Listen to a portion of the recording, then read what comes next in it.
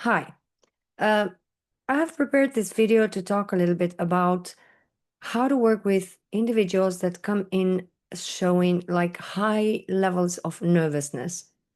Um, Initially, I'm going to quickly tell you how I used to support the individuals that will come in like really nervous when I used to use inductions to trance to start a hypnotherapy session, and then give you a better understanding about these situations and moments from the perspective of the organic conversations in hypnotherapy.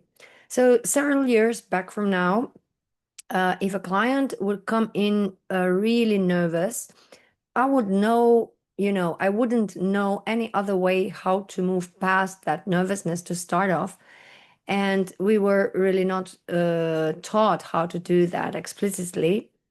But the first thing that I was intuitively letting them, know was that there's nothing to be afraid of and that they wouldn't need to do anything that they don't feel comfortable with doing. Even have stretched far to telling them that they wouldn't even have to close their eyes if they don't want to or say anything that they don't want to. That alone would put them at ease, of course, but inside, like within, I was like fidgeting with nervousness myself, thinking, how on earth am I going to work with this individual? It would eventually work out, uh, always, but that was the state it would put me in myself too. So you can imagine the implications there, like, the mirroring of one another's nervousness and how that would, slow down things actually. And the second thing, that I used to do was teaching them how to do the induction themselves.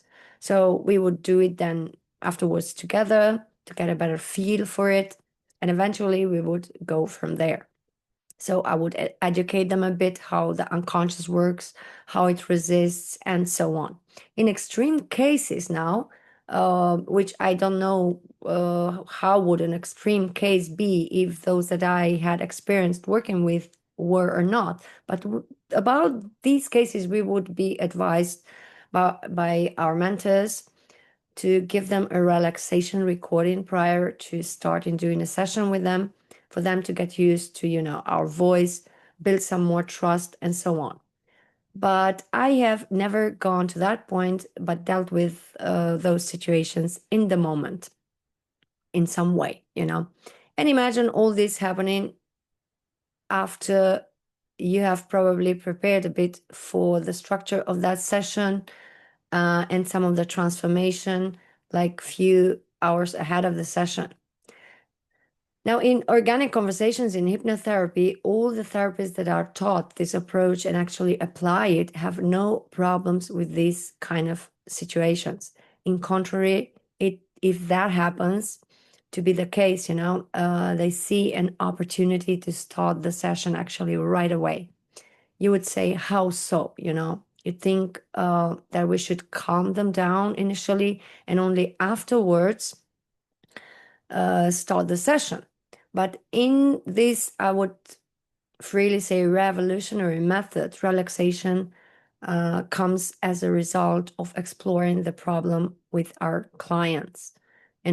That exploration is possible mainly when we catch an unconscious cue that is actually the unconscious itself expressing automatically.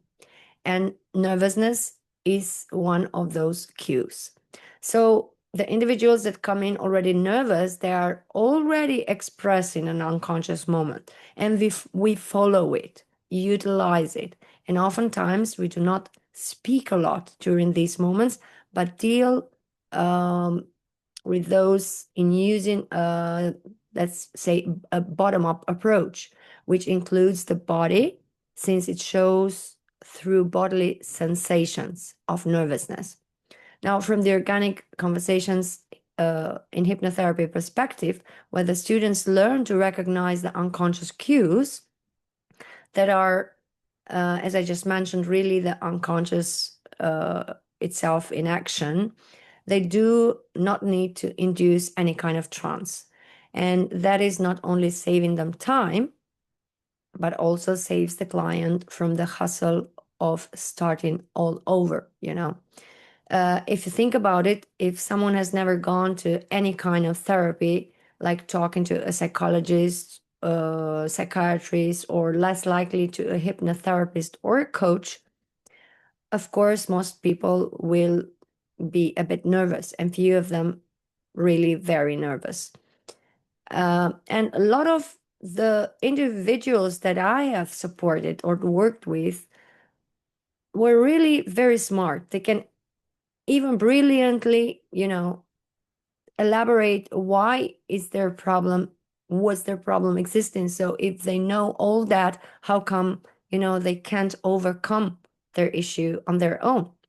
Well, um, you probably know why, but I will remind you again, and that is when it comes to nervousness or emotions, excuse me, the intellect and logic cannot beat that. So therefore, we can help with that. Though imagine your client is really like very analytical and smart, like, you know, some, for example, I had some judges, firefighters, tutors. They were not going to do a suggestibility test, like, you know, the buckets, the magnets, or those that they would that tell me really that they find it a bit silly, you know, in a very soft language, and so on. You have the picture.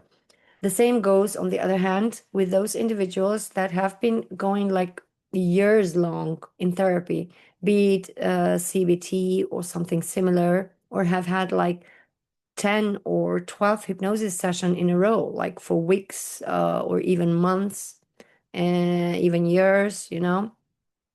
And the problem has become manageable somehow, but did never ceased to exist. So that is really because when we do not pay attention to those unconscious cues from the get-go, as I have mentioned in another video, if you have watched the previous videos, the unconscious has really, how to put this, let's say, no reason to reveal itself so much, and it would really take a lot of time and effort to achieve what we all wanted actually from the very beginning in an easier and faster manner. Why not? Of course. So until you learn how to recognize those unconscious cues, go with the few examples I gave you in the beginning of this video. And if you do, simply just stick with those cues, and as you know by now, to cement the session's results, end the session properly by adding the testing, even throughout the session with mini breakthroughs, then tasking, and very important part, the after session or processing chat. And you'll be all set. So for now, thanks for listening, and see you again soon with other topics.